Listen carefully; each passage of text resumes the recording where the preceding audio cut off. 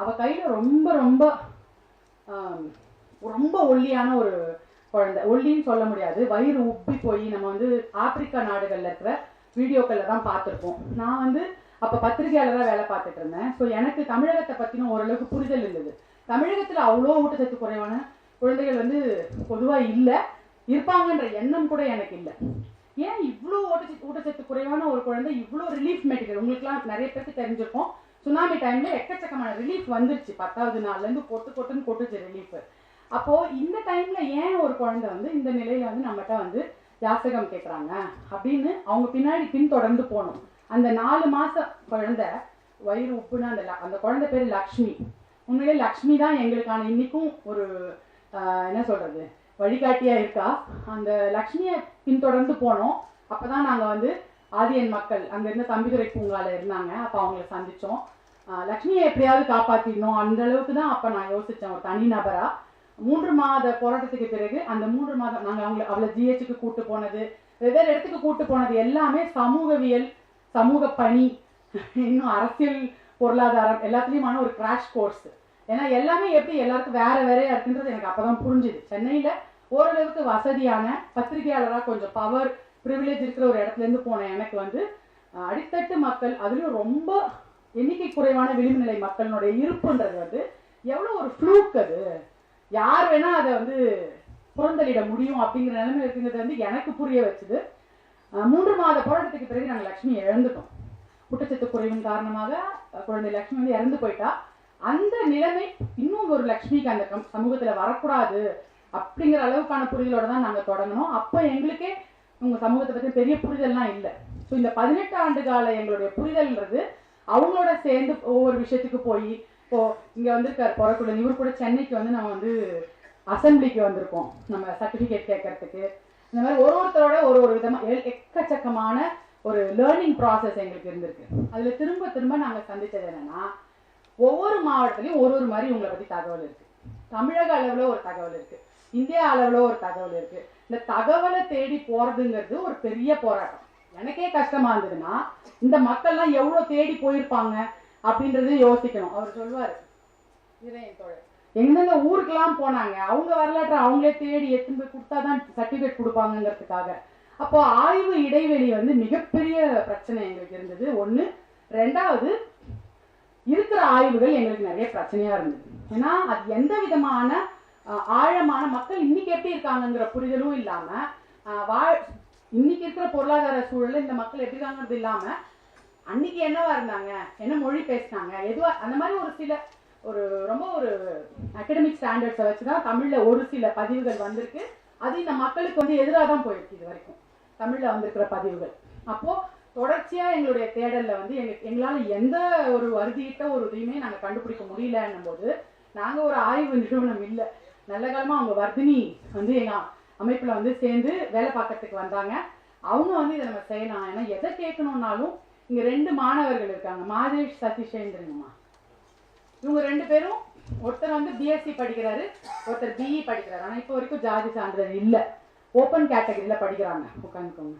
இதே மாதிரி இன்னும் நிறைய பேர் ஓப்பன் கேட்டகரியில படிச்சு வேலைக்கு போறாங்க. அப்ப ரிசர்வேஷன் அப்படிங்கிற ரொம்ப அடிப்படையான சமூக நீதி பலன் இந்த குழந்தைகளுக்கு கிடைக்காம போயிட்டு இருக்கு. கிடைக்கலங்கிறதுனால நிறைய பேர் படிக்காம போயிட்டு இருக்காங்க. படிப்பதற்கான உத்வேகம் எப்ப வரும், ஒரு அரசாங்க வேலைக்கு போலாம், அப்படிதான் அடித்தட்டு மக்கள் படிப்பை நோக்கி போறாங்க. அரசாங்கத்துல நம்ம பங்கெடுக்க முடியும், அது வந்து அரசாங்க வேலை மூலமா முடியும்னு அவங்க நம்புறதுனாலதான். அதுவே சாத்தியம் இல்லை அப்படின்னும் போது எதுக்கு படிக்கணும் அப்படிங்கிற ஒரு கேள்வி அவங்களுக்கு வந்துருது. அப்போ எங்க குழந்தைங்க படிக்கணும் அப்படிங்கிற இடத்துல தான் நாங்க ஆரம்பிச்சோம். அது வந்து பல இடங்களுக்கு எங்களை கொண்டு போய் ஆய்வும் நம்ம தான் செய்ய வேண்டியிருக்கோம் அப்படிங்கிற நிலைமைக்கு கொண்டு வந்த போது, வர்தினி முக்கியமா நான் இதுல பிராக்டிஸ சொல்லணும். பிராக்டிஸோட ஒரு சின்ன டிஸ்கஷன்ல பிரதீப் வந்து இங்க சென்னை வந்தப்ப பேசினது, அது இவ்வளவு விரிவடைந்த உதவி. எங்களுக்கு கிட்டத்தட்ட முழு உதவி அவங்க செஞ்சிருக்காங்க, ட்ரெயின் பண்ணதுல இருந்து எல்லாமே. அவங்களுடைய உதவி வந்து எங்களை வந்து வழி நடத்துச்சு. அதனால இந்த ஆய்வை செஞ்சிருக்கோம். இதுல முக்கியமா பங்கெடுத்துக்கவங்க ரோசா அப்படிங்கிற ஒரு ஆய்வாளர்களுடைய கலெக்டிவ். அவங்க வந்து இந்த மாதிரி போராடிட்டு இருக்கிற மக்கள் இயக்கங்கள், ஒடுக்கப்பட்ட சமூகங்களோட இருக்கிற ஆய்வாளர்கள். அது இல்லாம டென்ட், ராஜாங்கம் சார் அவங்க டென்ட் சொசைட்டியும் எங்களுக்கு இந்த இதுல ஆய்வுல உதவி பண்ணாங்க. இந்த ரிப்போர்ட்டை இப்போ கனிமொழி மேடம் வெளியிடுவாங்க. முக்கியமா நாங்க எதிர்பார்க்கறது இதில் இருக்கிற டிமாண்ட்ஸ் அதெல்லாம் லாங்காக இருக்கிறதான் வர்தினி அடுத்த செஷனில் ப்ரெசென்ட் பண்ண போகிறாங்க. முக்கியமாக இந்த மக்களுக்கு இல்லாமல் இருக்கிறது யார் கண்ணுலையுமே இவங்க தெரிய மாட்டேங்கிறாங்க. இந்த இன்விசிபிலிட்டி இருக்குல்ல, பாராமை. ஆக்சுவலாக அவங்க தெரியாமல் இல்லை, அவங்க உயிரோட ஸ்தூலமாக தான் இருக்கிறாங்க. இந்த பாராமை எப்படி அகற்றுறதுங்கிறது ஒரு பிரச்சனையா இருக்கு. எங்க போய் பேசினாலுமே நல்ல அதிகாரிகள் வந்து எங்களுக்கு சில உதவிகளை செஞ்சிடறாங்க. ஆனா அது போதுமானதா இல்லை. ஒரு நல்ல கலெக்டர் வரும்போது, ஒரு நல்ல ஆர்டிஓ வரும்போது சர்டிபிகேட் வாங்க முடியுது. ஆனா அது வந்து நிலையானதா இல்லை. அப்போ யார் கண்ணிலுமே நாங்க வந்து இது ஒரு இஷ்யூ, இது ஒரு பிரச்சனை அப்படிங்கிற இந்த இன்விசிபிலிட்டியை போக்குறது இந்த ஆய்வினுடைய முக்கியமான நோக்கம். இன்னொன்னு எங்களுக்கு ஒரு பெரிய நம்பிக்கை ஏற்பட்டது, இந்த தமிழக அரசு வந்து எடுத்த சில முயற்சிகள். முக்கியமா ஜெய்பீம் படம் வந்ததுக்கு பிறகு தமிழக முதல்வருடைய வழிகாட்டுதலின் கீழே முதன்மை செயலாளர் அவர்கள் வந்து ஒரு அறிக்கை வெளியிட்டாரு. எல்லா மாவட்ட ஆட்சியர்களும் அந்தந்த மாவட்டங்கள்ல இருக்கிற பழங்குடி மக்கள், அதாவது பழங்குடி சர்டிபிகேட் இல்லாத இதர விளிம்பு நிலை மக்கள், முதல் முறையாக வரலாற்றுல இதர விளிம்பு நிலை மக்களை பற்றி போய் ரெவென்யூக்காரங்க நீங்க போய் ஆய்வு செய்யுங்க அப்படிங்கிற ஒரு உத்தரவை வந்து தமிழக முதல்வர் இந்த தமிழக அரசு தான் வந்து கொடுத்து, அதுக்கு உண்மையிலேயே நாங்க வந்து நன்றி சொல்ல கடமைப்பட்டிருக்கோம். ஏன்னா அது ஒரு மிகப்பெரிய ஒரு ஸ்டெப்பு.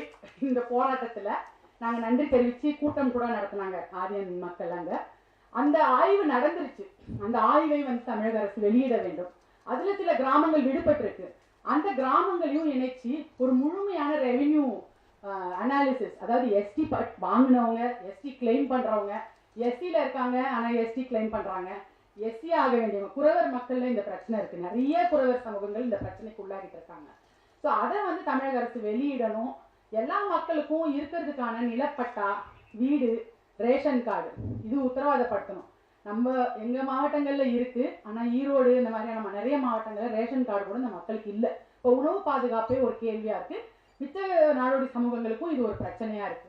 இதுதான் எங்களோட முக்கியமானது. இறுதியா வந்து நீங்க எல்லா குழந்தைங்களும் படிக்கணும், அதுக்கு எங்களுக்கு சாதி சான்றிதழ் வேணும். தொடக்கப்புள்ளி அதுதான். லக்ஷ்மி தொடக்கப்புள்ளி. எங்க வானொலியில படிச்சு முதல்ல பட்டதாரியான பெண் பேரும் லக்ஷ்மி. ஸோ ஒரு வகையில வந்து நாங்க ஒரு பெரிய ஒரு பயணத்தை நாங்க செஞ்சிருக்கோம். வானொலியில் ஒரு சின்ன அமைப்பு. நாங்க ஒரு பட்டதாரி கூட இல்லாத ஒரு 3 மாவட்டங்கள் வந்து இன்னைக்கு 120 பட்டதாரிகள் வந்து தமிழகத்துல ஆதியின் சமூகத்துல மட்டும் வந்து காலேஜுக்கு போயிருக்காங்க. மிச்ச சமூகங்கள் வந்து கொஞ்சம் பேர் போயிருப்பாங்க. அப்போ இதை வந்து நம்மளால செய்ய முடிஞ்சிருக்கு. ஆனா இது எல்லாருக்கும் ஆட்டோமேட்டிக்கா நடக்கணும் அப்படின்னா சாதி சான்றிதழும் வேணும். அது இல்லாம இந்த குழந்தைகளை ஏற்றுக்கொள்ளக்கூடிய ஒரு கல்வி அமைப்பு வேணும். ஒரு குறுகிய காலகட்டத்துக்காவது அவர்களை ஏற்றுக்கொள்ளக்கூடிய ஒரு பள்ளி அமைப்பு வந்து தேவை. அதுலயும் தமிழ்நாட்டுல வந்து ஒரு முன்னுதாரணம் இருக்கு. இப்ப சீர்மரபினருக்கான பள்ளிகளை வந்து தமிழக அரசு நடத்தி இருக்கு வரலாற்றுல. அது ஒரு முக்கியமான விஷயம். ஆனா சீர்மரபினர் எண்ணிக்கையில பெரிய அளவுல இருக்கிறாங்க. பழங்குடிகளா இருக்கிறவங்க அதுல எண்ணிக்கையில ரொம்ப சிறியவர்களா இருக்காங்க. எண்ணிக்கையில சிறியவர்களா இருக்கிறவர்களுக்கு அரசியல் ரீதியான குரல் இல்லாம போகுது. அதனாலேயே அவர்களுக்கான ஆதரவு மிக குறைவா இருக்கு. அதனாலேயே அவங்களுடைய இந்த திரும்பியும் இந்த பாராமை இருக்குல்ல, அது தொடர்ந்துட்டே இருக்கு. இது மாறணும் அப்படிங்கிறது தான் எங்களுடைய நோக்கம். இந்த அறிக்கையை வந்து செய்த 4 அமைப்புகளுக்கும் மிகப்பெரிய நன்றி தெரிவிச்சுக்கிறேன். இந்த ரிப்போர்ட் கொண்டு வரீங்களா?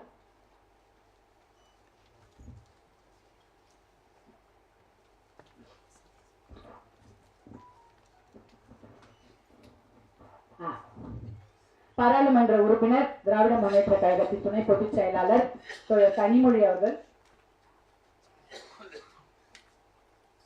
இந்த ஆய்வறிக்கையை வெளியிடுவார். தோழர் வா கீதா அவர்கள் மேடைக்கு வரும். பெண்கள் ரொம்ப கம்மியா இருக்காங்க, 33%.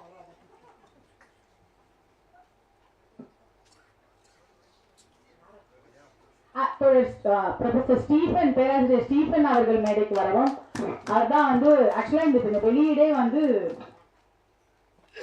MSSW, இந்த மைக்கு தான் பார்த்தாரு. MSSW ஒரு புதிய இது ஸ்டார்ட் பண்ணிருக்காங்க.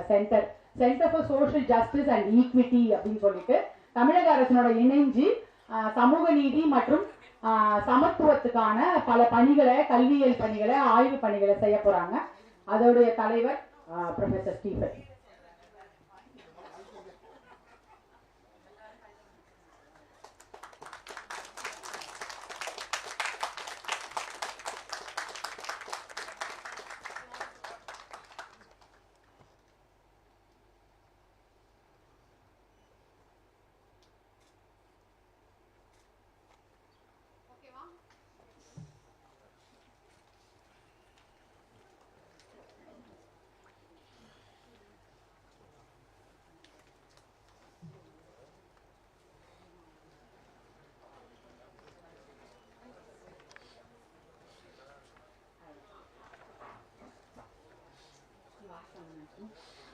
அடுத்தபடியாக இப்ப நம்ம கிட்ட வந்து பேசுறதுக்கு நான் முதல்ல அழைக்கிறது திரு தக்ஷின் பஜ்ரங்கே அவர்களை. அவர் வந்து அகமதாபாத்ல இருந்து வந்திருக்கிறாரு. அவர் நம்ம மத்தியில பேசுவாரு. ஒட்டுமொத்த இந்தியாவுடைய நிலைமை, இந்த அறிக்கையினுடைய பத்தி அவர் என்ன சொல்றாருன்றதை நம்ம கேட்கலாம். நான் அதை மொழிபெயர்ப்பேன்.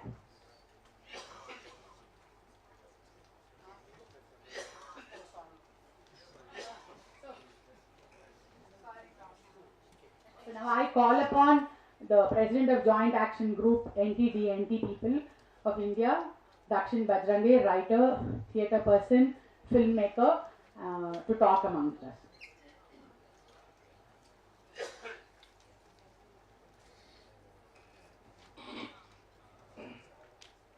Good morning, all of you, and thank you so much, Revati. I'm so privileged to be here today, and on the occasion of releasing this report, I think, because I have been working since 25 years for the denotified and nomadic tribes, and have been done so many surveys, research projects, including in England, in the British Library. So I know how important is this. And I've been also part of the 2 national level survey projects, and I'm aware that how much this data is important actually for the state who does not know actually who are the denotified tribals are. Many times I says that denotified tribal is the population in the country who are invisible. You don't know actually who these people are. I mean, state never identify them, they are the denotified. Even the state authorities, they don't know actually who are the denotified tribes and what is the social category. Because we know the social category, 3 social categories, as scheduled caste, scheduled tribe, and other backward community. But within a other backward community, or within a SC, or within a ST, there are tribes who were formerly, branded as born criminals by the British, and then even after independence, the people are actually facing a lot of problem because of that historical stigma. They are not. Okay. Yeah. So they are not aware about the stigma. Only one department that is aware where the denotified tribe lives in city or villages or the big city, tier 1 or tier 2 cities, and that department is police department. They are very much aware.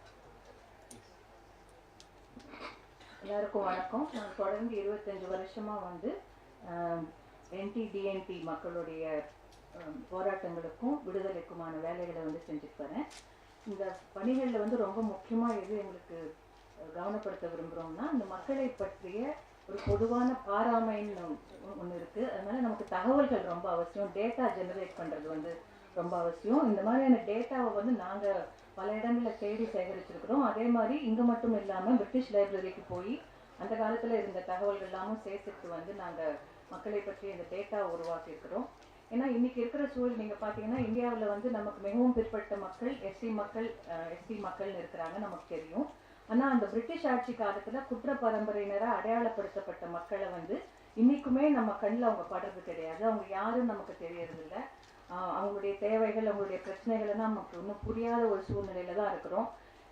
அவங்களுக்குன்னு தனியாக ஒரு துறை கூட வந்து இல்லை. எந்த துறைக்கு வந்து அவங்க தென்படுறாங்கன்னா காவல்துறைக்கு மட்டும்தான். ஏன்னா தொடர்ந்து அந்த காவல்துறை தான் வந்து அவங்கள அந்த காலத்தில் அவங்க அப்படி இருந்தாங்கன்னு சொல்லிட்டு அவங்கள கண்காணிச்சுட்டு அவங்களுக்கு வந்து தொல்லைகளை தொடர்ந்து கொடுத்துட்டு வர துறையாக இருக்குது. வேற எந்த அரசு துறைக்கும் அவங்க வந்து கண்ணில் படாத மக்களாகவே இருக்கிறாங்க.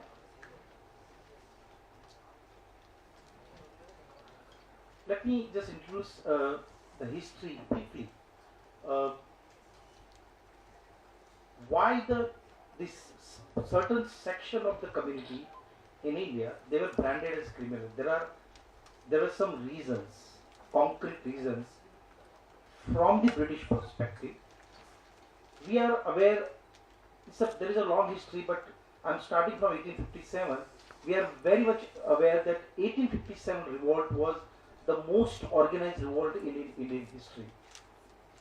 But nobody know actually that how the then India, I mean the bigger India than today, how it got actually organized, how the secret messages were actually spread, how the arms and ammunition were actually revolutionary war. When 1857 revolt finished and the East India Company gone and the British administration took place, took the administration here, they found that there were so many nomadic tribes in India, specifically performer and transporters. They were living into jungles, they were moving into jungles and rivers, and they knew the sea route also, and the remote areas. They helped actually to the revolutionaries. Unfortunately, none of the historians actually written about their contribution in organizing the Great Revolt. நாடோடி மக்கள் அவங்களுடைய வரலாறை பற்றி நம்ம கொஞ்சம் தெரிஞ்சுக்கிறது அவசியமாகுது. நம்ம அந்த வரலாறு ரொம்ப பின்னோக்கி போகாம 1857ஆம் ஆண்டிலிருந்து அந்த வரலாறை பற்றிய சில செய்திகளை நான் வந்து பகிர்ந்துக்கலாம்னு நினைக்கிறேன். 1857ஆம் ஆண்டு ஆங்கிலேயர்களுக்கு எதிராக மிகப்பெரிய கிளர்ச்சி நடந்தது நம்ம எல்லாருக்குமே தெரியும். அந்த கிளர்ச்சியில வந்து செய்திகளை வந்து ஒரு இடத்துல இருந்து இன்னொரு இடத்துக்கு கொண்டு போபவர்களாகவும் அந்த கிளர்ச்சிக்கு தேவையான ஆயுதங்கள் இதர விஷயங்களை வந்து எடுத்துட்டு போகிறவங்களாகவும் இன்னைக்கு நம்ம இந்தியான்னு சொல்லக்கூடிய நிலப்பரப்பை கடந்து மிகப்பெரிய நிலப்பரப்பா அன்னைக்கு இருந்த பிரிட்டிஷ் இந்தியாவில் வந்து காடுகள், மலைகள், அப்புறம் வந்து கடலோர பகுதிகள், இதிலெல்லாம் வந்து விரவி இருந்த இந்த மக்கள் இவங்க தான் ரொம்ப முக்கிய செயல்பாடுகளை வந்து மேற்கொண்டிருக்கிறாங்க. அந்த 1857ஆம் கிளர்ச்சியில அவங்க ஆற்றிய அந்த பங்கு வந்து நிறைய பேருக்கு தெரியாது. எந்த ஒரு வரலாற்று நூலையும் அந்த பங்களிப்பு வந்து இது வரைக்கும் பதிவு செய்யப்படல. ஆனா அது வந்து அவர்களை பற்றிய மிக முக்கியமான ஒரு வரலாற்று செய்தியா நம்ம வந்து பார்க்க வேண்டியிருக்கு. So I'm sharing why only police department actually are aware that where the DNTs are. So after 10 years of the 1857s, after 10 years, all the research by the British officers, this research is there actually in British Library. Fortunately, they took so much actually from India when British left, and they also took so many documents, and those are actually lying into the British Library in London. And I was fortunate to study University of Leeds on Ford Foundation Fellowship, and I took that opportunity to do a research and bring out the documents actually from the British Library. So those reports are there. They found that these communities actually helped to the revolutionaries. In 1871, they introduced an act. They constructed an act called Criminal Tribes Act in 1871. The act was introduced on 12th October 1871. This year is the 152nd year actually of the Criminal Tribes Act.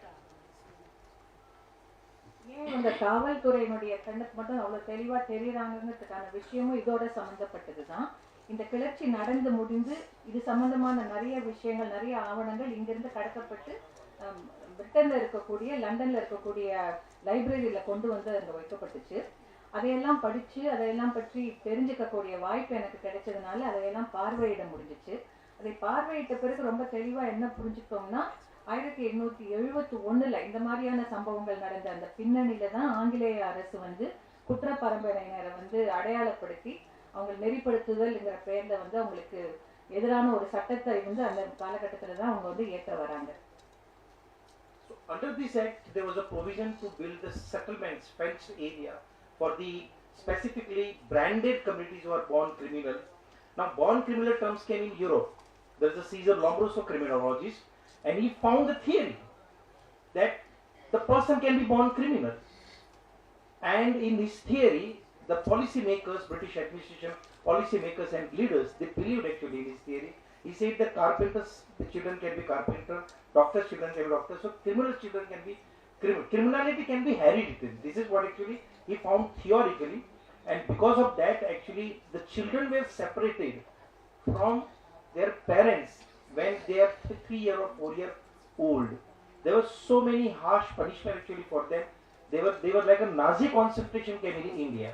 You know, the way Nazi concentration were actually in Germany, such kind of concentration camps were actually built. 52 such concentration camps were in India.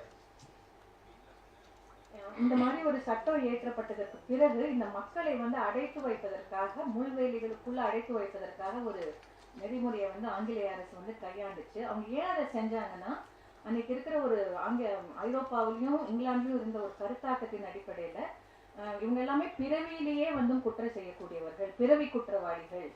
எப்படி வந்து ஒரு குறிப்பிட்ட சமுதாயத்தை சேர்ந்த ஒரு பிள்ளை, அதாவது ஒரு தச்சரா இருக்கிற வீட்டு பிள்ளை வந்து ஒரு தச்சராக தான் வளரும், அல்லது ஒரு குடியானவங்க வீட்டுக்குள்ள குடியானவங்க தான் ஆகுங்கிற மாதிரி ஒரு குற்ற பரம்பரைன்னு அடையாளப்படுத்தப்பட்ட ஒரு சமுதாயத்தை சேர்ந்த ஒரு குழந்தை வந்து குற்றவாளியா தான் இருக்கும் அப்படின்னு ஒரு ஒரு பெரிய ஒரு அவங்களுக்கு எதிராக ஒரு மிகப்பெரிய ஒரு புரிதலை வந்து அவங்க உருவாக்குனாங்க. இப்படிதான் அது இருக்கும் அப்படின்னு அவங்க முதிரை குத்தப்பட்டார்கள். வந்து முதிரை குத்தப்பட்டதுனால அவங்க மேல அது வந்து தீராத ஒரு பழியா சுமத்தப்பட்டது.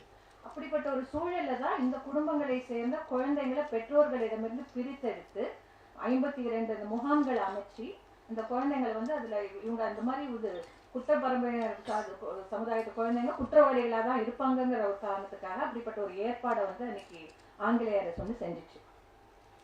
Unfortunately, during the independence, none of the leaders, I mean, they knew actually about the criminal tribes, that they were living into the settlements, in the fenced areas, they are not allowed to go outside, and they were really freedom fighters, the real freedom fighters, who never accepted British slavery. None of the, I mean, including Gandhi wanted to work actually with Charas or denotified tribes or Sasi or Bhedkut or Bhamta. These are the different kind of actually tribes. It was in the agenda, because I can see that this agenda actually 1928, his communication with Vinoba Bhave. In 1932, he written letters actually to the manager of the Gandhi ashram, and he expressed his wish that he want to work actually for the criminal tribes and their upliftment. Then in 1947, when India got independence, there was a partition and there was a riot, so he wanted to go actually to Noakhali. And that time Sardar Vallabhbhai Patel asked him that, Bapu, you are going, what we should do? Please let us know. And he said, I will go to Noakhali, then I will go to Delhi, and after that I will come back, and I want to work for these criminal tribes and to remove their stigma. Unfortunately, he never returned because Godse killed him. So there was an article in Gujarati newspaper Sandesh, a very good, with the title that Godse did not just kill Gandhi, he also killed so many important work that's supposed to be actually happen, through the, in the hand of the Gandhi. So because of that, this entire section of the denotified tribes, they remarkably forgotten while writing the constitution, and they could not get the constitution guarantee. இந்த மக்களை வந்து முள்வேலிக்குள்ள அரைச்சி வச்ச அந்த ஒரு காரணத்தினால அவங்களுடைய உண்மையான வரலாறு, குறிப்பாக இந்திய விடுதலைக்காக அவர்கள் ஆற்றிய அந்த மாபெரும் பங்கு வந்து நமக்கு தெரியாமலேயே வந்து போயிடுச்சு. வந்து அதை பற்றி யாரும் இந்தியா சுதந்திரம் அடைஞ்ச பிறகும் அதுல அவங்க வந்து ஒரு கண்ணுக்கு தென்படாத ஒரு மக்களாகவே தொடர்ந்து இருக்கக்கூடிய ஒரு சூழ்நிலை வந்து உருவாச்சு. இதுல நம்ம என்ன பார்க்க வேண்டியிருக்குன்னா, மகாத்மா காந்தி வந்து இந்த மக்களின் மேல் அக்கறை காட்டக்கூடியவராக இருந்தார். 1928 வந்து இப்படிப்பட்ட குற்ற பரம்பினர் என்று சொல்லப்படக்கூடிய இந்த மக்களோட சேர்ந்து வேலை செய்ய வேண்டும் என்ற விஷயங்கள் எல்லாம் அவர் வந்து அவருடைய கடிதங்களின் மூலமாக நம்மால வந்து தெரிஞ்சுக்க முடியுது.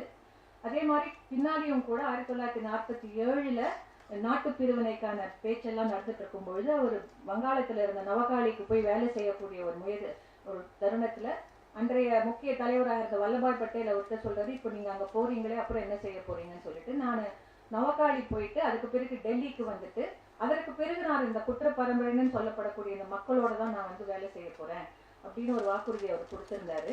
ஆனா நமக்கு தெரியும் காந்தி திரும்ப வரல, ஒரு கோட்சேனால வந்து கொல்லப்பட்டாரு.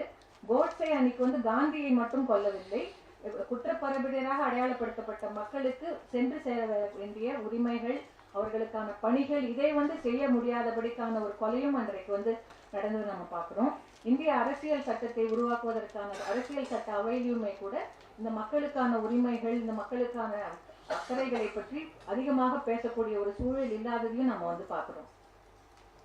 Now, why such surveys are important? What happened when India got independence? 15th August 1947, when India got independence, everybody, people who were in the jail, they got freedom. There was only section in India who were not free, who could not get their freedom, and those were the so-called criminal tribes, my forefathers. They were not freed from the settlements. They were so when India was celebrating freedom, they were still into the jails. They were still into the those concentration camps.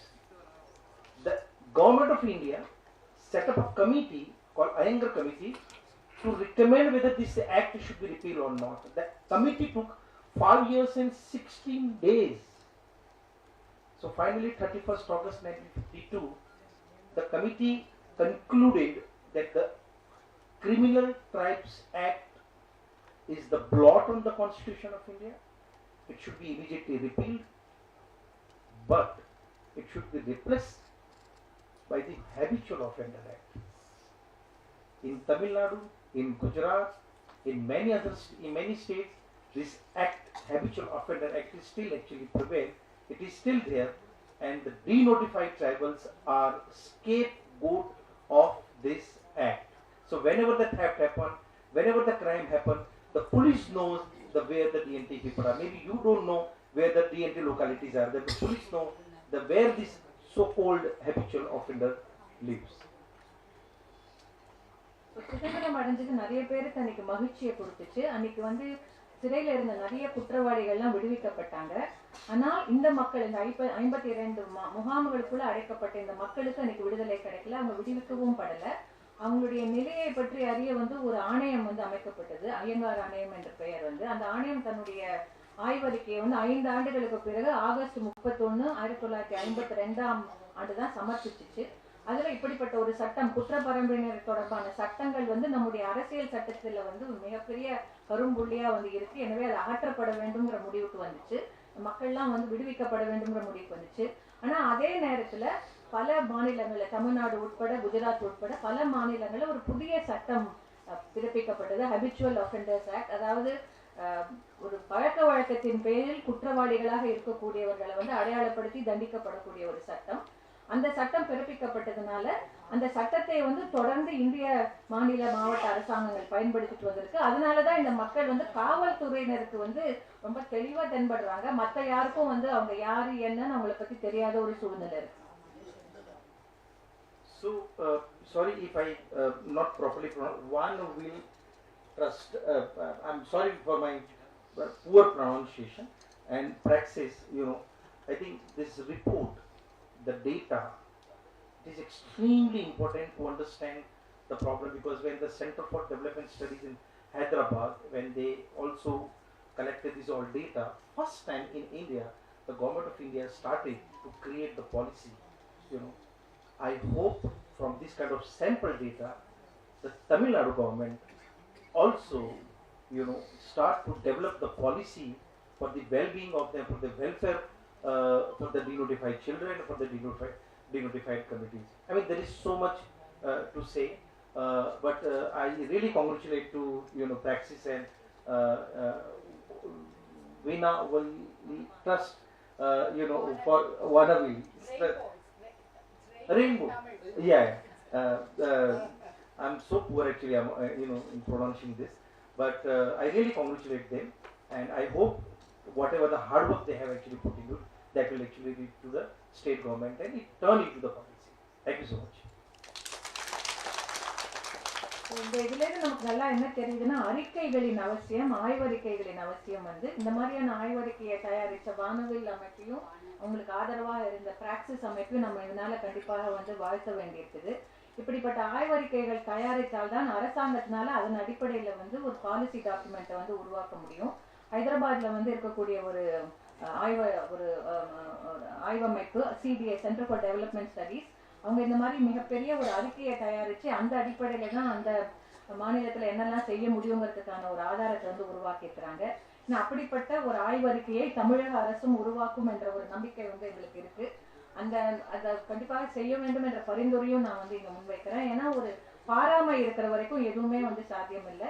ஒரு data, சில தகவல்களை திரட்டி ஒரு அறிக்கை மாதிரி தயாரிச்சு அந்த அடிப்படையில வந்து திட்டங்கள் தீட்டுவது என்பது மிக அவசியம். அந்த வகையில் இந்த அறிக்கை வந்து வானவில்லும் பிராக்சிஸ் அமைப்பும் ஒரு தொடக்க முனையாக அதை செஞ்சிருக்கிறது வந்து மிகவும் முக்கியம். வாழ்த்துக்கள், நன்றி.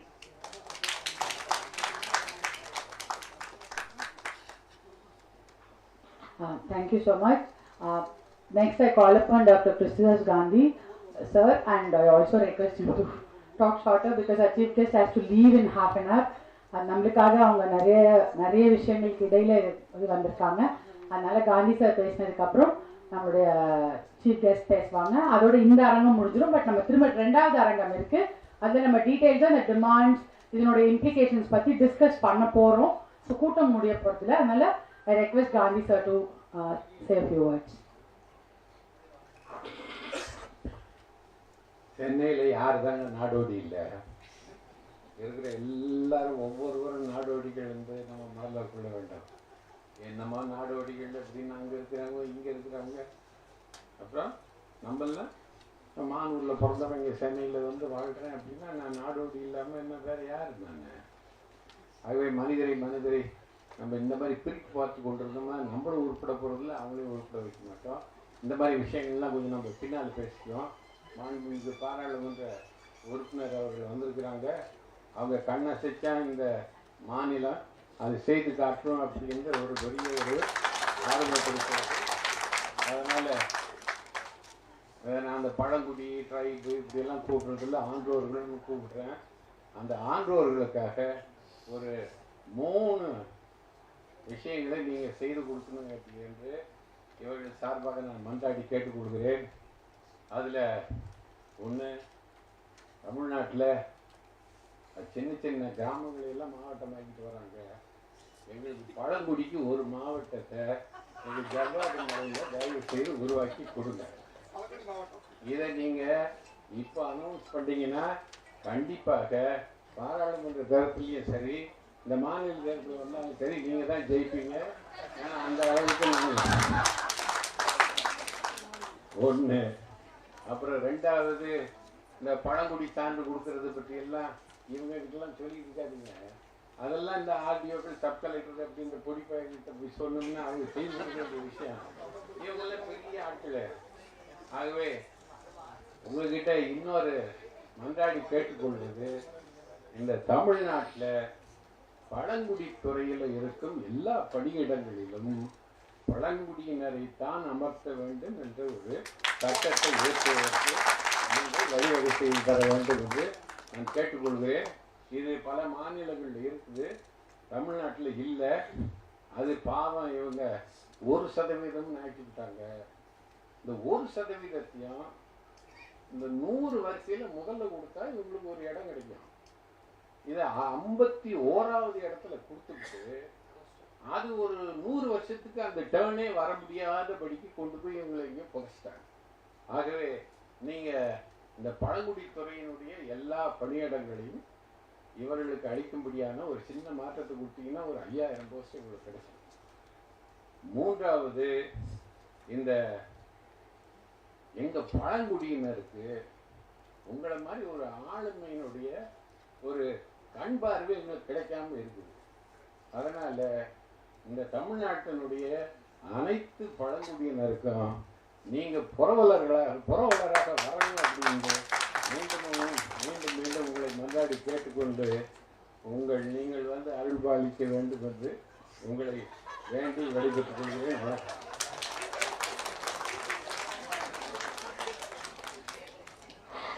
எப்பவுமே நம்ம வந்து ஒரு வித்தியாசமான ஒரு பதிவை காந்தி சார்ட்ட எதிர்பார்க்கலாம். ஆனால் முக்கியமான ஒரு விஷயம் சொல்லியிருக்காரு, பழங்குடி மக்கள் துறையில் பழங்குடி மக்கள் இருக்கணும். ஏன்னா நாங்கள் அவங்களோட பேசும்போதெல்லாம் அவங்க எங்களுக்கு சொல்கிறாங்க, ஆமாம் நிறைய பேர் ஏமாற்ற ட்ரை பண்ணுறாங்க. பழங்குடி மக்கள் துறையில் இருக்கிறவங்களே பழங்குடி மக்கள் ஏமாத்துறாங்கன்னு நினச்சா மிச்ச துறைகள் இருக்கவங்க ஸ்க்ரூட்டனைஸ் பண்ணலாம். ஆனால் ரொம்ப அது கஷ்டமாக இருக்குது. எல்லா ரெவென்யூவில் எல்லாத்துலேயும் நம்ம வர முடியுமான்னு தெரில. சார் சொன்ன மாதிரி இந்த ஆர்டிஓ, தாசில்தார், ஆர்ஐ, விஏஓ இவங்களோட நம்ம வாழ்க்கை முடியுது. ஆனால் பழங்குடி மக்கள் துறையிலாவது பழங்குடி மக்கள் இருந்தால் ஒரு பெரிய மாற்றத்தை கொண்டு வர முடியும் என்ற முக்கியமான டிமாண்டு. அதை பதிவு செய்ததற்கும் தொடர்ந்து பழங்குடி மக்கள் அவருடைய வார்த்தையில சொல்லணும்னா ஆன்றோர் சான்றோர் இந்த 2 மக்களும் முன்னேறி சமூக பொறுப்புலையும் இதுலயும் இது பண்ணுன்றதுக்காக காந்தி சாருக்கு ஒரு பெரிய தேங்க்ஸ் சொல்லிக்கிறோம். இப்போ நம்மளுடைய குழந்தைகள், வானவில் குழந்தைகள் வாங்க. சுமதி, சதீஷ், ரேவதி, சதீஷ், இன்னொரு சதீஷ், மாதேஷ். சிறப்பு விருந்தினர்களுக்கு குழந்தைகளே செஞ்ச ஒரு ஒரு கைவினை பொருளையும் எங்க இந்த ஒரு கதை நூல் ஒன்று வெளியிட்டிருக்கோம் ஆங்கிலத்துலனா பூம் பூம்னு, அதையும் வந்து கொடுப்பாங்க. முதலாவதாக தொடர் கனிமொழி அவர்களுக்கு சுமதி கொடுமா, இவங்க தான் அந்த ஆர்டிஸ்ட்.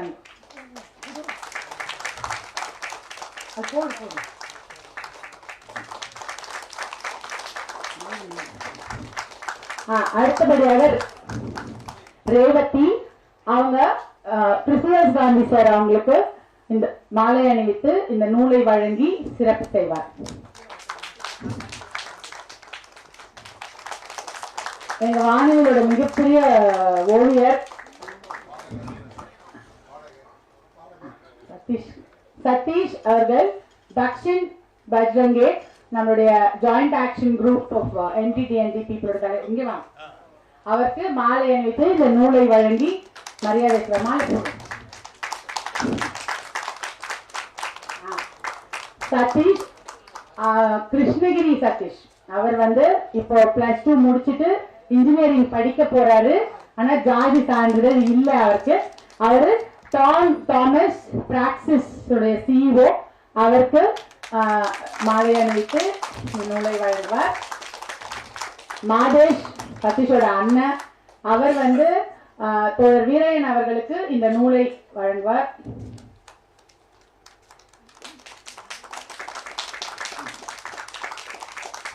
இந்த ஆய்வு அறிக்கையினுடைய தலைவர் வர்தினி அவர்கள் தோழர் ராஜாங்கம் அவர்களுக்கு அந்த நூலை வழங்குவார். சோலைராஜ் வானவில் அமைப்பினுடைய ஆபரேஷன் ஹெட், அவர் வந்து தோழர் ராஜு அவர்களுக்கு அந்த நூலை வழங்குவார்.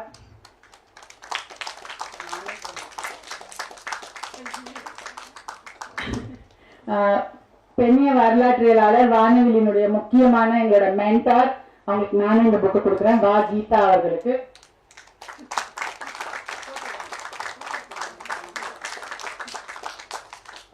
இப்போ நம்முடைய சிறப்பு விருந்தினர் நம்முடைய உரையாற்றுவார்.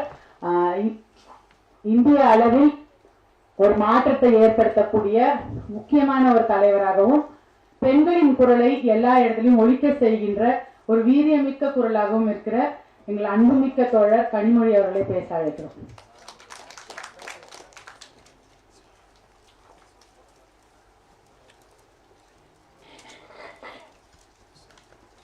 அனைவருக்கும் வணக்கம். வானவில் அமைப்பிற்கும் என்னோட பிராக்டிஸ்க்கும் என்னுடைய வாழ்த்துக்களை தெரிவித்துக் கொள்கிறேன். பல ஆண்டுகளுக்கு முன்னால் வானவில் ஆரம்பித்த பொழுது, எத்தனை வருஷம் இருக்கும்? 18 வருஷம். அவங்க அப்ப 17 வருஷம் இல்லையா? 17 வருஷத்துக்கு முன்னாடி நான் வந்து அவங்க நடத்தி கொண்டு இருக்கக்கூடிய அந்த பள்ளியை பார்க்கக்கூடிய வாய்ப்பு எனக்கு கிடைத்தது. அன்னைக்கு அந்த பள்ளியை பார்த்த பிறகு அங்க இருக்கக்கூடிய மாணவர்களை சந்தித்து இன்று எந்த அளவுக்கு அவர்கள் எத்தனை பேருடைய வாழ்க்கையில மாற்றத்தை உருவாக்கி இருக்காங்க அப்படின்னு பார்க்கும் பொழுது ஒரு மிகப்பெரிய மகிழ்ச்சியை அது தருகிறது. நான் அன்னைக்கு 17 வருஷத்துக்கு முன்னாடி சந்தித்த அந்த பிள்ளைகள்ல இன்னைக்கு நிறைய பேர் பட்டதாரிகளாக அவங்க வாழ்க்கை பாதையே மாறி இருக்கும் என்று நினைத்து பார்க்கும் பொழுது it's a really great achievement, and I'm so happy that I know you, and உங்களுடைய பயணத்துல அதில் இடையிடையே வந்து வரக்கூடிய ஒரு வாய்ப்பு கிடைத்ததே நான் ஒரு பெருமையா நினைக்கிறேன். இந்த ஆய்வு, இவர்கள் செய்திருக்கக்கூடிய ஆய்வு வந்து ஒரு மிக முக்கியமான ஒன்று. ரேவதி பேசும் பொழுதும் மற்றவர்கள் பேசும் பொழுதும் குறிப்பிட்டு சொன்னது போல, அவங்க இந்த மாதிரி நொபாடிக் ட்ரைப்ஸ் அப்படின்னு சொல்லக்கூடியவர்களை வந்து நாம் இருக்காங்க அப்படிங்கிற ஒரு அங்கீகாரம் நம் பார்வையிலே படக்கூடியவர்களாக கூட நம்ம வந்து பல நேரங்கள்ல வந்து தாண்டி போயிடுறோம். we don't recognize their existence. அது வந்து ஒரு மிகப்பெரிய பிரச்சனையாக தொடர்ந்து இருக்கக்கூடிய ஒன்று நிச்சயமா அவங்களுக்கான அந்த ஒரு பொலிட்டிக்கல் வாய்ஸை வந்து எழுப்பக்கூடிய, குரலை எல்லோரும் கேட்க வைக்கக்கூடிய அளவிற்கு அந்த அளவுக்கு வந்து நம்பர்ஸ் எண்ணிக்கையிலே அவர்கள் இல்லை. ஆனா தமிழ்நாட்டிற்கு என்று ஒரு பாரம்பரியம் இருக்கு. அது மட்டுமே வந்து அரசியல் பதவியிலே இருக்கக்கூடியவர்களை, ஆட்சியாளர்களை மக்களுடைய குரலுக்கு பக்கம் திருப்பக்கூடிய ஒன்றாக இருந்திருக்கா அப்படின்னு பார்த்தா நிச்சயமாக இல்லை. மாற்றுத்திறனாளிகளாக இருக்கட்டும், இல்லைன்னா திருநங்கைகளாக இருக்கட்டும், தலைவர் கலைஞர் அவர்கள் ஆட்சி காலத்திலே வந்து அவர்களுடைய குரலை செவிமடுக்கக்கூடிய ஒரு தலைவராக அவர் எப்பொழுதுமே இருந்திருக்கிறார். அதனால நிச்சயமா இன்னைக்கு வந்து இருக்கக்கூடிய தமிழக அரசு என்பது அவர்கள் சொல்லும் பொழுது மகிழ்ச்சியும் பெருமையாக இருக்கிறது. இதற்கான ஆய்வுகளை செய்ய வேண்டும் என்ற அந்த முனைப்போடு தொடர்ந்து அவர்கள் செயல்பட்டு கொண்டிருக்கிறார்கள். அது மட்டும் இல்லாமல் இப்போ நரிக்குறவர்களாக இருக்கட்டும், அந்த மாதிரி சான்றிதழ்கள் எந்த விதமான ரெக்கக்னிஷனும் இல்லாமல், இந்த சமூகத்தில் ஒரு இன்க்ளூசிவிட்டி இல்லாமல் இருக்கக்கூடிய மக்களை இணைத்து கொள்ள வேண்டும் என்ற அந்த உறுதியோடு அரசாங்கம் செயல்பட்டு கொண்டிருக்கிறது என்பதை நான் நிச்சயமாக இங்கே தெரிவிக்க விரும்புகிறேன். ஆனா ஒரு புரிதல் அப்படிங்கிறது மிகப்பெரிய ஒரு விஷயமாகவே இருக்கு. இப்போ திரு கிருஷ்ணதாஸ் காந்தி அவர்கள் பேசும்பொழுது அவரு நான் எம்பியா தான் இருக்கேங்கிறத கொஞ்சம் மறந்துட்டு பேசிட்டு இருந்த மாதிரி இருக்கு. பட் இருந்தாலும் அங்க இருக்கக்கூடிய அதிகாரிகளுக்கே வந்து ஒரு மிகப்பெரிய மனத்தடை இருக்கு.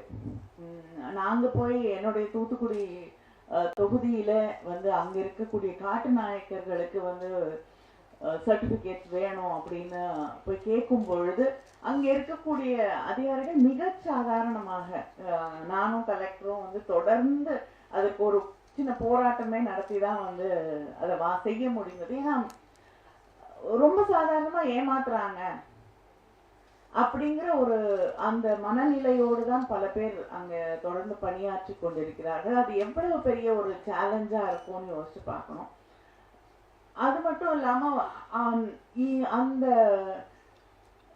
இனத்துலதான் நாங்க பிறந்திருக்கிறோம் அப்படின்னு அந்த ஜாதி சான்றிதழ் வாங்குறதுக்கு அது எவ்வளவு பெரிய போராட்டமா இருக்கு. யாராவது ஒருத்தர், ஏன்னா தொடர்ந்து வழி வழியாக கல்வி வாய்ப்புகளே இல்லாமல் இருக்கக்கூடிய ஒரு மக்கள், யாருமே படிக்காம முதல் முறையாக யாரோ ஒரு பிள்ளைய வந்து பள்ளிக்கூடத்திலையோ இல்லைன்னா 12வது வரைக்குமோ வந்திருக்கக்கூடிய முதல் தலைமுறை பட்டதாரி கூட இல்லை, பள்ளிக்கூடத்துக்கு போகக்கூடிய பிள்ளைகள் இருக்கக்கூடிய ஒரு சமூகத்துல யாருக்காவது ஜாதி சான்றிதழ் இருக்கான்னு அப்படி தேடும் பொழுது அது கூட இல்லாம எத்தனையோ குடும்பங்கள், யாராவது சித்தப்பா, பெரியப்பா, அத்தை எங்கேயாவது சொல்லி நம்ம வந்து அவங்களுக்கு இவங்களுக்கு இருக்கு அதனால இவங்களுக்கு கொடுக்கணும் அப்படின்னு சொல்லி நம்ம வாங்குறதுக்கு கூட அது எவ்வளவு பெரிய ஒரு போராட்டமாக இருக்கு அப்படின்னு பார்க்கும் பொழுது இது ஒரு இது வந்து ஒரு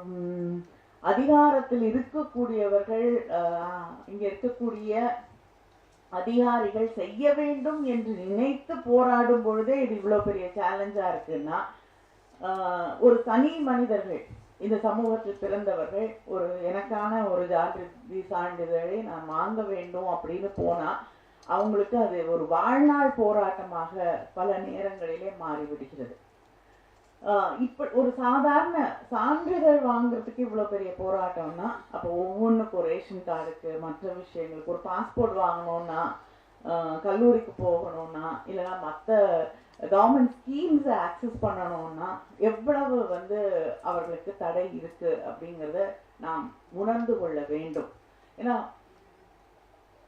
சில சமூகங்களை மறந்து விட்டு ஒரு கவர்மெண்ட் வந்து ஒரு பெரிய ஸ்கீமை போடும் பொழுது எல்லாருக்குமான ஒன்றாகத்தான் அதை சிந்தித்து செய்கிறார்கள். அதுல எல்லாரையும் இன்க்ளூட் பண்ணணுங்கிறதான் நோக்கம். But we overlook a lot of things. அதை தாண்டி பல பேர் அந்த விஷயத்துல இருந்து விடுபடக்கூடிய ஒரு சூழ்நிலை உருவாகி விடுகிறது. அதுலதான் இந்த இன்க்ளூசிவ்னஸ், எல்லாரையும் ஒருங்கிணைத்து கொண்டு செயல்படுவதற்காகத்தான் இந்த மாதிரி வந்து ஸ்டடீஸ் அப்படிங்கிறது, இப்படிப்பட்ட சர்வேஸ்ங்கிறது, எந்த பகுதியிலே எந்த மக்கள், ஏன்னா ஒவ்வொரு இடத்துலையும் சில பேர் வந்து இப்போ காட்டு நாயக்கர்கள் இருக்காங்கன்னா ஒரு இடத்துல வந்து அவர்களுக்கு எஸ்டி சர்டிஃபிகேட் கொடுக்கறதுக்கு ஒத்துக்குவாங்க, இன்னொரு மாவட்டத்துல அதை ஏற்றுக்க மாட்டாங்க. ஒரே மாவட்டத்துல ஒரு தாலுக்கால ஒத்துப்பாங்க, இன்னொரு தாலுக்கால ஒத்துக்க மாட்டாங்க. ஸோ இப்படிப்பட்ட இருக்கக்கூடிய இந்த குழப்பங்களை எல்லாம் கலைந்தாதான் வந்து எல்லாருக்கும் ஒரு we can look at everybody on one platform. அதை அந்த புரிதலோடு நாம் இதை அணுக வேண்டும். அதுக்கு இப்படிப்பட்ட ஆய்வுகள் அப்படிங்கிறது, கணக்கெடுப்பு அப்படிங்கிறது மிக மிக முக்கியமான ஒன்றாக இருக்கிறது. அதை செய்திருக்கக்கூடிய வானவிலுக்கும் பிராக்சிஸ்க்கும் என்னுடைய வாழ்த்துக்களை தெரிவித்துக் கொள்கிறேன். நிச்சயமா என்னால் முடிந்த அளவிற்கு உங்களுக்கான குரலாக தொடர்ந்து பணியாற்றுவேன். And as a true messenger, அதுக்காக தான் நான் கூப்பிட்டுருக்கீங்கன்னு எனக்கு தெரியுது. நிச்சயமா உங்களுடைய ஆய்வுகளை நான் வந்து முதலமைச்சர் அவர்களிடமும் அவங்களுடைய அலுவலகத்திலையும் சேர்த்து உங்களுடைய கோரிக்கைகளை நிச்சயமாக அவர்களிடம் பரிசீலிக்க வேண்டி நிச்சயமா அதை தருவேன். நிச்சயமாக உங்களுக்கு தெரியும், இன்றைய தமிழக அரசு என்பது எல்லோருக்குமான ஒன்று.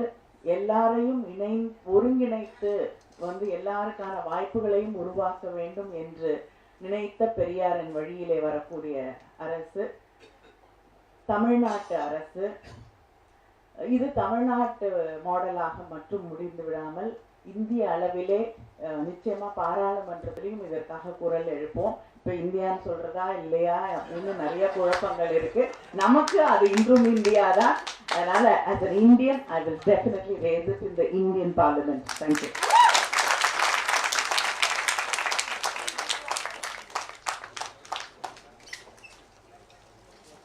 It will remain India and we will regain India. இப்ப இந்த மக்கள் சார்பில் சில வாழ்த்துக்கள் சொல்றதுக்காக விரும்புறாங்க. கனிமொழி அவர்களை கௌரவிக்க ஆரியன் மக்கள் நலசங்க பொதுச் செயலாளர் திரு ராஜு அவர்கள் மக்களவை உறுப்பினர்